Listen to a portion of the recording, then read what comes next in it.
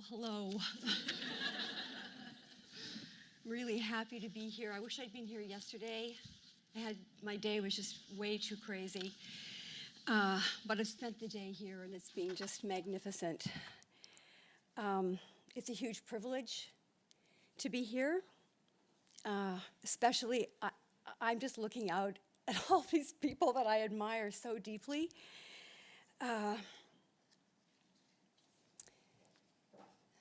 Everybody here and the people that we're talking about, dancers and athletes, have dedicated themselves to absolutely relentless work, and they've made really heavy sacrifices in order to rise above the ordinary and to perform at the very highest possible level.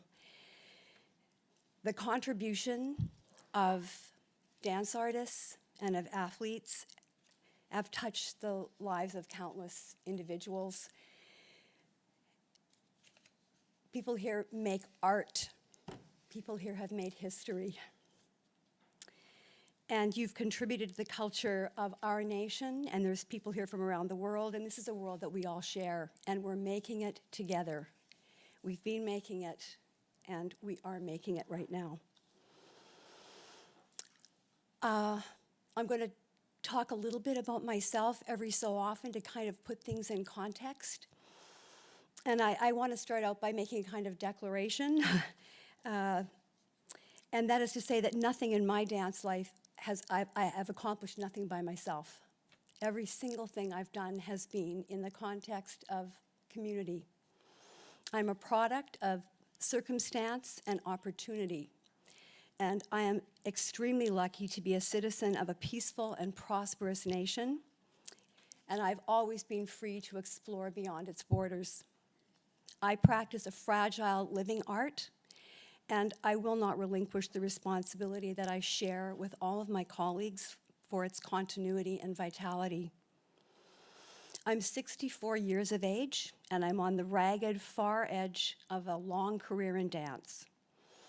And while I'm no longer in possession of the physical capability that won me my career, my personal evolution is sustained by the continuity of my art practice. What I'm appreciating more and more deeply is that a very particular kind of awareness has taken root in me through the many years of devotion to a physical pursuit. Nurtured through deliberate, mindful practice and fueled by aspiration toward a goal that lies constantly beyond my immediate capability. This awareness delivered me to an extraordinary experience of realization in a recent yoga class. Toward the end of what had been for me a very demanding session, and this was a class not for dancers or athletes, but for people 55 years and up. The instructor had us all take a sitting position and hug our knees to our chests, bow our heads, close our eyes, and bring our attention to the sensations that we were each experiencing, good or bad. So things like heat, cold, tingling, throbbing, aching, tightness, expansion, and to locate these sensations very precisely in our bodies. My sensations were vivid and varied, and each location was absolutely precise. I was immediately struck by the clarity and nuance of my physical experience, and I thought to myself, this awareness was won through all those many years in which I dedicated myself to exploring and nurturing my body. And just as this thought had crossed my mind, the teacher said, thank your body for these sensations because your body is telling you what it feels like to be alive. And I loved it that she and I were both listening and speaking from the same source, and I appreciated her thought as being tremendously valuable and affirming. Then she had us take our final pose, Shavasana, corpse pose, in which you simply lay on your back with your arms and legs extended. Shavasana is a reminder of mortality. You're lying on the ground as a corpse, acknowledging the inevitability of your death. And ordinarily in Shavasana, I'm ultra aware of my physical decline, my physical losses, and I lay there consumed by my aches and pains and grateful to actually just be resting, but also remembering the death of loved ones and thinking about arriving at that moment, the moment of my own death someday. But on this particular day, once again, my teacher's verbal cues were superb, and she reminded us that the purpose of Shavasana is integration. The yoga practitioner attends to the stillness of this pose in order to allow the work they have just completed to fully saturate the body. In other words, to possess the outcome of one's efforts. And here is the moment where this ordinary yoga class offered me an extraordinary insight. Just a day or two prior, I'd been asked if I would speak at this conference. So I've got that on my mind. And my teacher has guided my thinking down a slightly different path by asking me to thank my body for every sensation, magnificent or dreadful, because those sensations are telling me what it feels like to be alive. And furthermore, she's shifted me strongly off my usual course by reminding me that above all, Shavasana is an invitation to integrate the exertion just completed and to truly arrive in the present moment. And so in Shavasana, on a hot and steamy summer day in a bare loft in the east end of Toronto, I suddenly realized that the exertion I was integrating as I lay still was far more than the hour of yoga I had just completed. It was my life's work as a dancer that I was feeling resonate in my flesh and blood and bones. Becoming a dancer was my greatest aspiration. Being a dancer was my greatest joy. And in no longer being a dancer, I thought I had experienced a kind of death. I suddenly realized that it is the integration in the present of what I accomplished in the past that is primary as I move forward. Nothing died in me when I stopped being a dancer. I've simply lost the awareness and the appreciation of what I had so patiently and powerfully integrated over many years. That this insight arrived fully 8 years after my last solo concert speaks to the complexity of revisioning and remaking your life in the wake of a performance career. Dancers describe feeling destroyed, hopeless, terrified of having lost their identity, their sense of purpose, their value. The enormity of transition out of dance is so deeply fraught for each individual that to make an analogy to death does reflect the enormity of the upheaval. But this doesn't make transition an end game. If death, then birth. And the great writer Gabriel Garcia Marquez eloquently describes the necessity of undertaking the transformational act of rebirth, speaking through a character in his magnificent novel, Love in the Time of Cholera. He allowed himself to be swayed by the conviction that human beings are not born once and for all on the day their mothers give birth to them, but that life obliges them over and over again to give birth to themselves. I'd been writing this quote in birthday cards to friends and loved ones for many decades, and the profound wisdom and inescapable truth of those words takes on deeper and more explicit meaning with each passing year.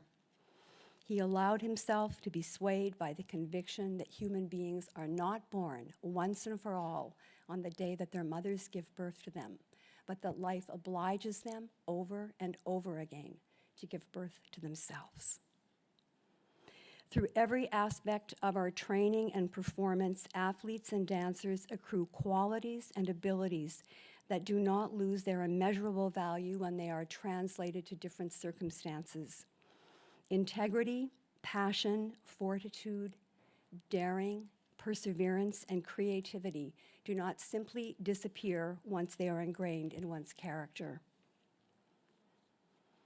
My father has been a huge presence and influence in my life, and I've repeatedly turned to him to discuss viewpoints and options at times of great consequence.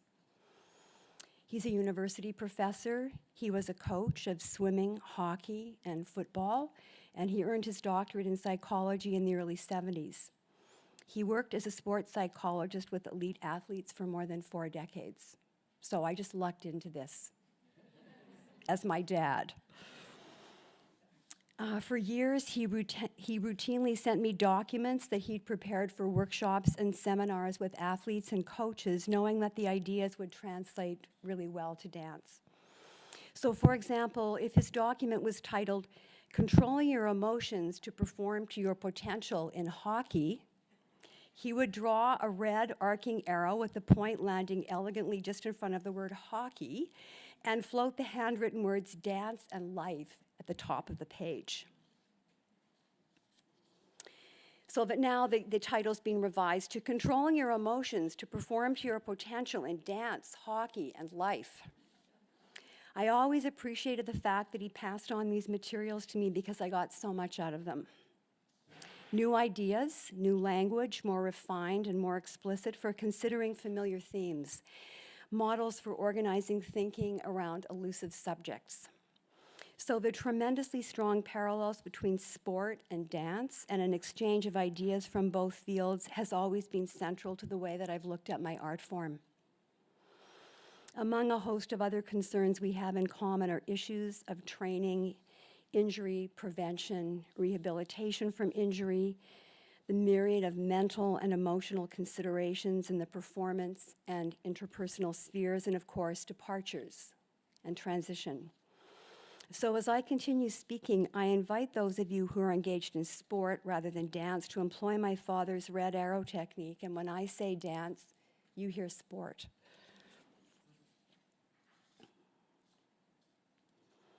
Each of us came to dance in a unique way, and each of us navigates the transition out of dance or into a radically different chapter of our dance lives on our own terms. My reply to people who ask me if I'm still dancing is that I'm no longer a dancer, but I sometimes still perform. I do think of myself as a dance artist, but I'm no longer comfortable calling myself a dancer. Others in the milieu ascribe to the notion of once a dancer, always a dancer, or of being a former dancer or a retired dancer. And while these definitions may seem to beg a point, finding the right words to describe who you truly know yourself to be is extremely important. Dancers whose talents were unmistakable at an early age or who entered into serious training as children may never have known themselves as anyone other than a dancer. With an identity so completely aligned with one single focused pursuit, it can seem antithetical to consider that formation as providing a skill set that is flexible and easily transferable. But my own experience has taught me that when I have known anything in great depth, I can turn that lens to another field and immediately discover correlations that very quickly provide profound insights. Whether or not dancers trained as children or came to the form a little later, a career in dance requires and therefore builds in each artist a broad and varied skill set, relevant and immediately transferable to any other field of pursuit. The physical realm is perhaps the most obvious, and here we discover highly energized individuals who are willing to exert themselves for extended periods of time and whose actions display clarity, articulation, rhythm, flow, finesse, sensuality, grace, nuance, prowess, and daring. In the realm of mental skills, dancers display tremendous powers of concentration, focus, awareness, imagination, and invention. They are accomplished at recognizing and memorizing patterns and compositional forms, at formulating strategies, at thinking intuitively, analytically, systematically, and pragmatically. They question and innovate. They understand and employ the language of metaphor and analogy. Dancers come to every pursuit with a sense of purpose, and they have a fundamental commitment to lifelong learning. In the emotional sphere, dancers are composed, tenacious, sensitive, empathetic, patient, determined, excitable, resilient, ardent, devoted, courageous. Dancers are able to set, sustain, and manage short and long-term goals. They are able to handle the routine of hard work, incremental improvement, pressure, setbacks, failures, and success. Dancers bring themselves to their work with passion, authenticity, and integrity. Dancers are team players who easily embrace a shared sense of purpose. They know how to listen, respond, and adjust. Attentive, responsive, interactive, trustworthy, cooperative, and collaborative, dancers play well with others. Within the public sphere, dancers proceed with decorum and a sense of occasion. They are often eloquent speakers who balance honesty and tact.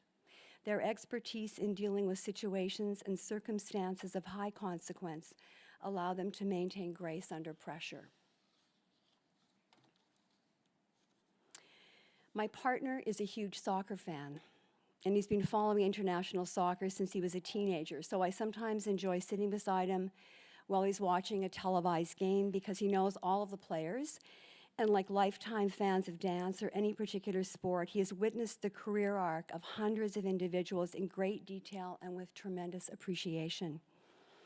During a recent game, he pointed out a player on Italy's national team who is now considered, at 32 years of age, the old man of Italian soccer. At any rate, my partner is watching this player's situation unfold with real curiosity. He sees this player as facing just three choices. He'll move to a less competitive league so he can keep playing.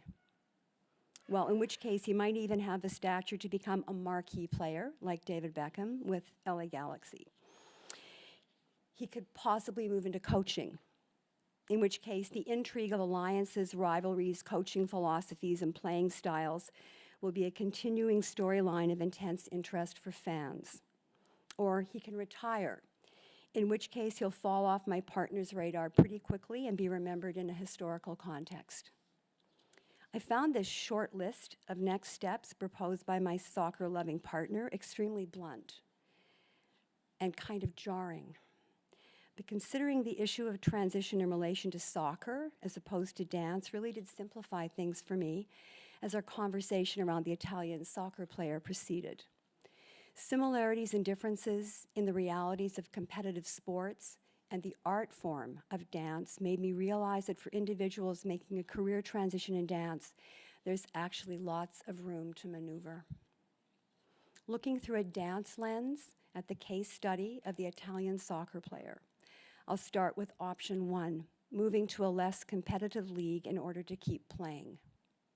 Here I'm thinking of dancers, and I include myself in this group, with the desire and ability to transform their careers to such an extent that they are able to shift into a dramatically new chapter within the context of an ongoing, but in many ways reinvented career. Even that transition is fraught with difficulties, as it most certainly requires a fundamental recalibration of physical practice, as well as a major shift in performance style. Within contemporary dance, this transformation is almost always undertaken incrementally over a relatively extended period of time. But every dancer does not succeed as an older performer. And this option is generally available only to dancers whose reputations put them in a league of their own. In the ballet world, principal dancers have the leeway to give up roles over the last years of their career, and ballet dancers who are especially good actors may become principal character artists. In many dance forms, flamenco, Bharatanatyam, Buto, for example, older dancers are especially revered. But again, this possibility is generally reserved for the dancers of especially high profile. Even for artists who continue as performers, phases of transition may be times of extreme turmoil that require considerable support. Dancers who do not have the option of continuing their performance career due to injury, illness, personal circumstances, or because they don't want to dance beyond their physical prime, might make a lateral shift within the profession, becoming, for example, a teacher, a rehearsal director, a choreographer, an artistic director. They might stay connected to the dance world by becoming an arts manager or administrator, a costume or lighting designer, a theater technician, a photographer, a videographer. This parallels the second option for the soccer player, will he try to move into coaching? Again, this is a complete loss of identity as a performer. A brand new role within a familiar context. The artistic and support alliances that one hopes to forge may or may not materialize. Like every alternative, this course of action is not an easy change or a sure thing, but it is an option full of tremendous possibility. In the final option in the scenario of the old man of Italian soccer, we have retiring and moving into a completely different field of endeavor. In the dance world, these are individuals who need to identify employment opportunities or a career path that they can be passionate about, that provides a platform for their talent and expertise, and that will allow them to grow and develop personally and professionally. These individuals have a lot of work to do in order to identify interests outside of dance that are intense enough to work toward from the ground up. They will be going back to school, training on the job, interning, seeing if they can build a hobby, a talent, or an interest into a profession. These people, once at the very top of their field, will be starting from scratch in a new profession. However, they are entering into that new context with extraordinary skills and attributes that will allow them to excel and to make spectacular contributions.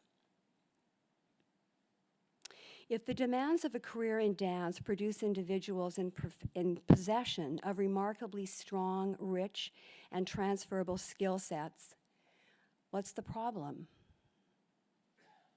This profound contradiction, I think, signals the confrontation with the very heart of the matter, and that is identity. Who am I? A talent that we feel we authentically possess, and that is validated by a rise to prominence, by accomplishments, victories, accolades, and acknowledgement. That kind of talent we can truly feel defines us, tells us who we are. I am a professional dancer. I'm an Olympian. We know this. It's a source not just of pride, it's a clear statement of identity. And that identity is positioned within a matrix of significant people and of the community, the subculture that one's work takes place within. Many of us can recall the episode in which we felt ourselves to be fully embraced by the world we so ardently desired to become a part of. We were chosen for a team, we got into the company. We deeply believed that we could thrive in and contribute to that milieu.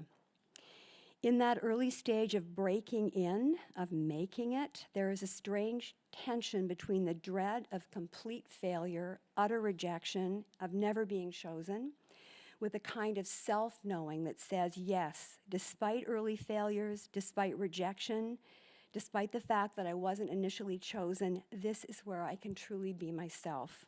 I belong here. So to have survived that rite of passage and to have succeeded in one's chosen field confirms this identity that one has always known at the deepest level. So add to that the identity of the team, the dance company, the culture of the milieu that values you and through which your identity is affirmed. And then there is your love of the life that you have within that community. Your colleagues and friends and family, all of them connected to and invested in the charge and consequence of your endeavors. The ritual and deep satisfaction of the daily work, the big important events, the traveling, the ardent interest and appreciation of colleagues and of the audience, the fans, the critics, the commentators, the world at large. So it is absolute culture shock to suddenly find yourself on the outside of all of that. And now you face a sudden dilemma, a full-blown crisis of identity that throws you into a complete tailspin. I don't know who I am. I don't know what I'm supposed to be doing now. I don't know what to do now. And this is why it is crucial that agencies and practitioners dedicated to transition be a fully integrated aspect of the milieu itself. And that is why the DTRC, the Dancer Transition Resource Center, has succeeded so well, and it's done so brilliantly, because since it was initiated by Joyce Ann Sedemus, this agency has always functioned within the dance world, for the sake of the dance world and in service of the dance world, because dancers who leave the stage will never stop being a part of the world they created. As each individual is confronted by the monumental task of transition, knowing that they continue to be deeply valued is key to gaining autonomy and agency in the next phase of their life. The dance milieu is a multi-general matrix in which every single participant plays a crucial role and in which the generations roll over ceaselessly. Our art form cannot thrive without the engagement of individuals of all ages representing every stage of life's journey. The spontaneity of childhood, the aspirations and determination of youth, the ardent ambitions and innovations of the young adult, the ever-deepening commitment and virtuosity of those in their prime, the perseverance and sublime artistry of middle age, the perspective and hard-won wisdom of the elder. And the dance world is not an island or a bubble. It is a crucial aspect of society and a driving force of culture. The perspective and contribution that dancers bring to every aspect of community and civic life is hugely positive and highly constructive. We know how to push ourselves as individuals in order to provide more strength, resilience, and integrity for the whole. Whatever the parameters of your situation, whatever the pathway of your personal journey, what the future promises is ever more change through a succession of profound transformations that will deliver you again and again to the core of yourself and to the threshold of something brand new. In January of 2011, I lost my husband of 20 years. He was a musician who was especially gifted as an improviser, and he credited his highly tuned expertise in improvisation as being crucial to negotiating the complications of multiple sclerosis. As his functional losses unrolled at an alarming rate, he continued to meet every situation he encountered with remarkable invention and touching grace. As he lost the use of his legs and then his hands, I was at the peak of my performing career. Every day as I left home for the studio or the theater, his last words to me were, "Dance who you are today." He knew that change is constant, that we need to be honest with ourselves to negotiate that change, and that the primary act is to discover oneself rather than to invent oneself. I still think of those beautiful, wise words every day, and because of them, I know that I am still dancing, even if I am no longer a dancer.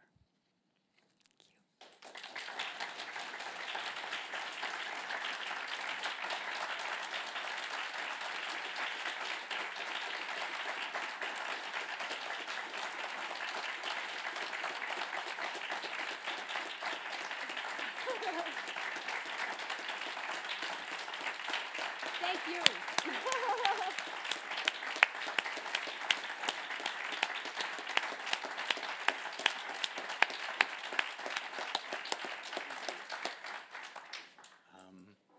Okay, it started again. Thank you, Peggy. Peggy will we'll have a moment here for Q&A. So have we got the mics ready? I'm looking around. Yep, we're good. Excellent. Okay, so I'll open it up. I'll help facilitate, but Peggy will stand here and take questions. Thank you.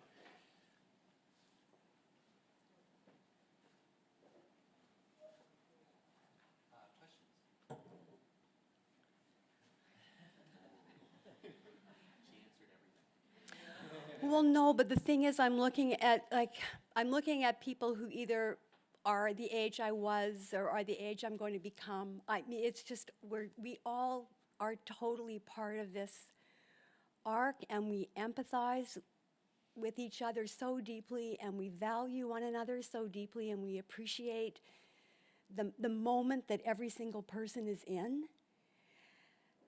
And yeah, yeah.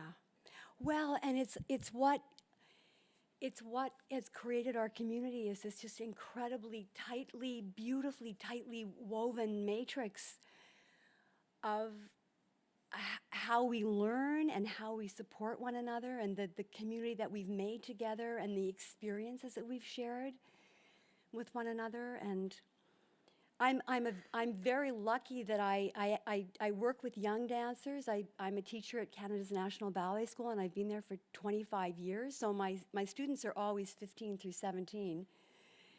As I've gotten older and older, and it's so beautiful to just see them moving, and just I keep catching this beautiful window on that time in life. And we have nothing to worry about. I'm telling you, these people are so spectacular. But because I'm connected with young people, I think this is also just, it feeds me really, really food I need. Yeah. Hi, Amanda. Sorry, Amanda, I'm going to cut in the queue.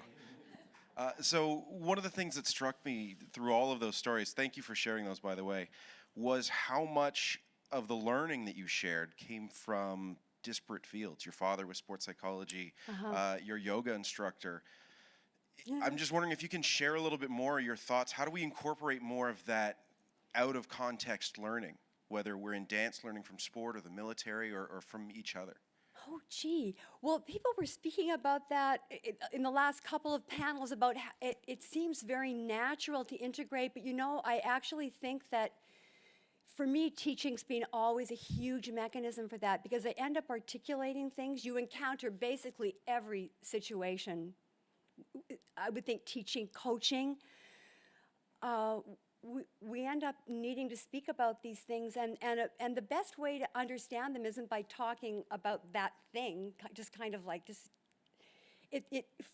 for me, the understanding comes in what the relations are with the rest of the world, and with the rest of my life, with everything else I care about. And so I guess I'm always looking for that. And well, I love reading, I love language and poetry, and so the resonance of meaning. And one of the things that I said was, dancers understand metaphor and analogy, and we're using that language all the time, and I think that it is so powerful. And I think a couple people here were also talking about, in one of the sessions earlier today, it was about like learning the language of the play, speaking the language of sport or the military or the corporate setting, but it's also, I think it's also really important to just be speaking the language of the world we share, as opposed to those like bubble worlds more. So for me, making analogies about all kinds of ideas, or just like textures or like movement qualities, to not just to dance itself. Like, they're not the reason that art hits us, and why competition and where athletes go in these really why that hits us, is because we totally get it. It's how we feel in our own lives in situations of tremendous consequence, or when we're really going for something. And that's what we're understanding. So for me, it's more about how it connects with the rest of the world, like the really big world. Because the more that we're connecting in there, I don't know about you, but dance is considered, oh, you're a dancer, like what a weird, exotic, strange, remarkable thing to do. But it feels completely natural to us. And for us, it is part of the whole big world. So, but for me, a lot of the chance to articulate has come through either creation, the act of creation, and talking with the people who are also performers inside of something, or the dancers, or the doing design elements, or even talking to the public about the work, or through teaching, conversation.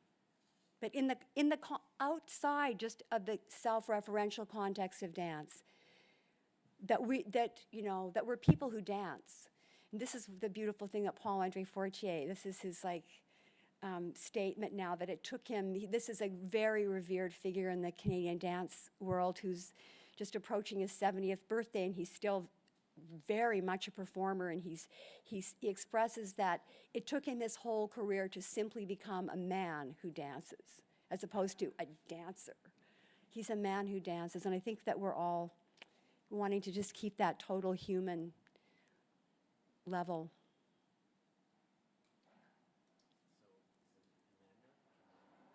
I wasn't, I was upstairs at another workshop when Mavis was speaking, so maybe this was already discussed, but in your 25 years of watching this 15 to 17-year-old group, what changes have you seen in the way they view dance as part of their career and part of their life in a bigger arc? Oh my goodness. Well, one of my grade 12 students excitedly got me at the end of class and said, "Oh, do you have time? Can I tell you?" Because he's a very brilliant young man, and he's like applying to Harvard and Yale and Brown, and he's gone through the dance, and nobody's saying, "You're not going to be a dancer. Oh, we're not going to bother working with you in class anymore." Like he's got like all these talents that are going at the same time, and so he's excited to tell his dance teacher about the physics class that he audited at Harvard. And it's really, really fun to hear about it. And part of the reason that he's comfortable talking to me about that is because I'll be talking about momentum, for example, with my students, and then I'll be asking them, like, what are you doing? You know, what's happening in your science classes about momentum? Like, we have conversations around just ideas, and plus, the students at the ballet school are very in charge of their own culture at the school now, and they want to talk about all different kinds of performances that they go and see, and it's just they have a very they do separate projects, lots of visual art things. They do vocal music. Some of their visual art things are like they do a whole Nuit Blanche thing that they call a jour blanche, I think, because it all happens during the day. And so they make art installations, and they do fashion design, and they do fashion shows, and they just do all kinds of different things that just like keep their personhood cooking. This Mavis Staines, though, what she is so far ahead with all of this stuff. It's just amazing. She's inviting kids to think about their whole big life and how exciting it is that they're going to have all these chances to explore different aspects of the world that they're deeply interested in.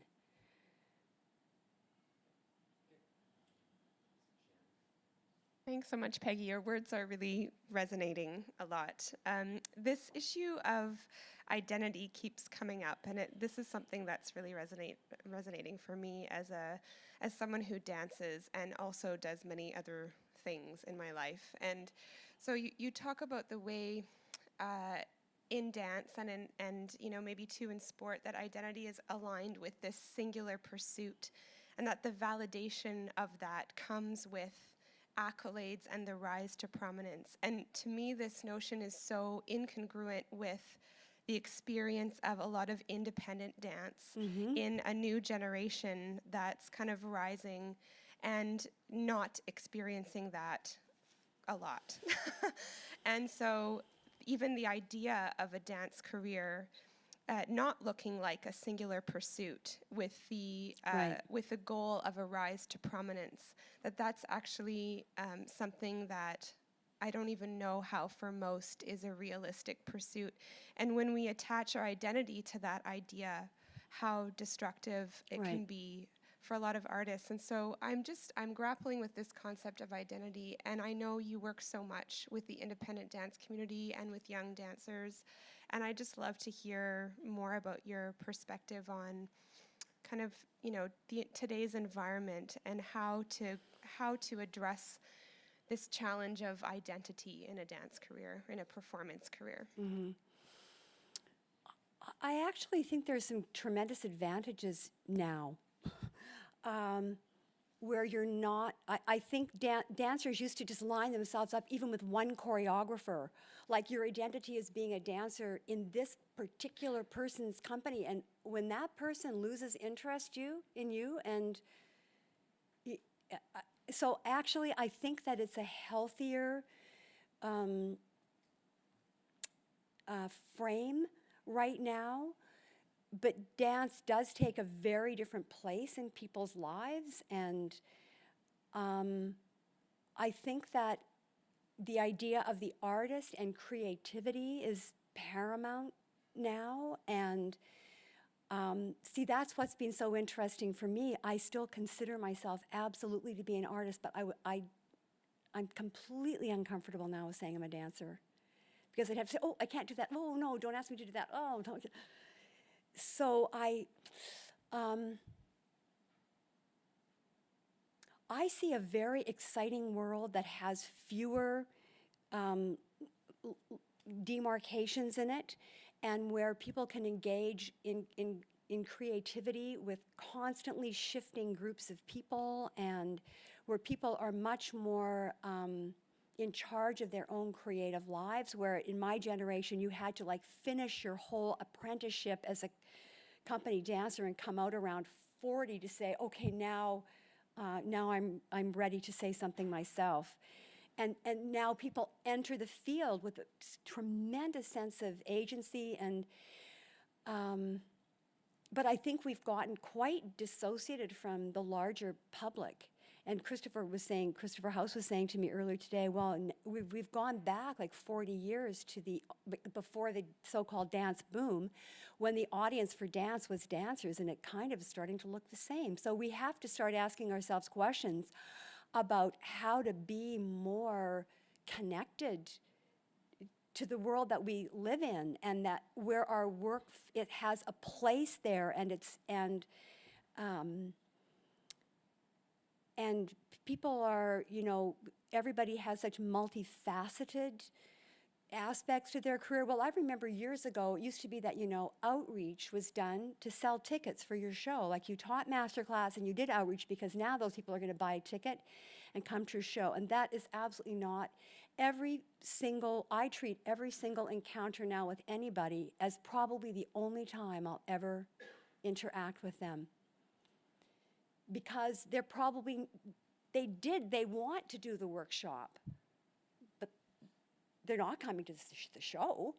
But it's completely, everything is now completely up for grabs. And so maybe performance and the actual works themselves have a different place. I don't know. Christopher was also saying, we just throw it all away now. It's very different, but I do think that creativity and agency are the hallmarks of the generation who are in their prime right now, and who are, and I look at that pretty awestruck, because it took me a very long time to reach that level of sort of self-reliance. So I think that it's actually starting and that's why I want to be involved with young creators, because like other people have been saying, we have so much to learn from young people. That's why I want to be working with younger dancers. I want to have those influences on me. But I think to capitalize on the freedom of agency and the creative act.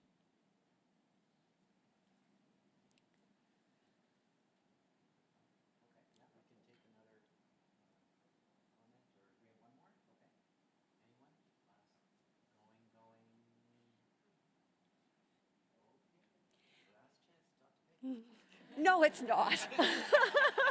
Everyone here knows me.